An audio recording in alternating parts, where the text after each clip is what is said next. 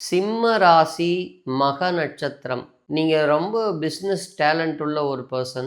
அஷ்டமஸ்தானத்தில் சனி போயிருக்கிறதுனால குடும்ப வாழ்க்கையிலையும் சரி, பொருளாதார வாழ்க்கையில் போய் புதுசாக இன்வெஸ்ட் பண்ணுறதும் சரி, தெரியாத தொழிலில் போய் இறங்குறதும் சரி, உங்களுக்கு அவ்வளோ ஒரு சரியான சாதகமான சூழ்நிலைகள் அமையாது. குடும்பத்தை விட்டு பிரிஞ்சு வெளியூர் வெளிநாடுன்னு இருக்கிறவங்களுக்கு பெரிய ஒரு தொந்தரவு இல்லை. ஆனால் புதிதாக நம்ம வந்த நண்பர்களையோ, புதிதாக ஒருத்தரை சேர்த்திக்கிறதையோ, புதுசாக இருக்கிற ஒரு ஸ்கீமில் போய் பணத்தை போடுறதோ உங்களுக்கு கண்டிப்பாக நன்மையை தருவதற்கான வாய்ப்புகள் அஷ்டமஸ்தானத்தில் இருக்கிற சனி தரமாட்டார்.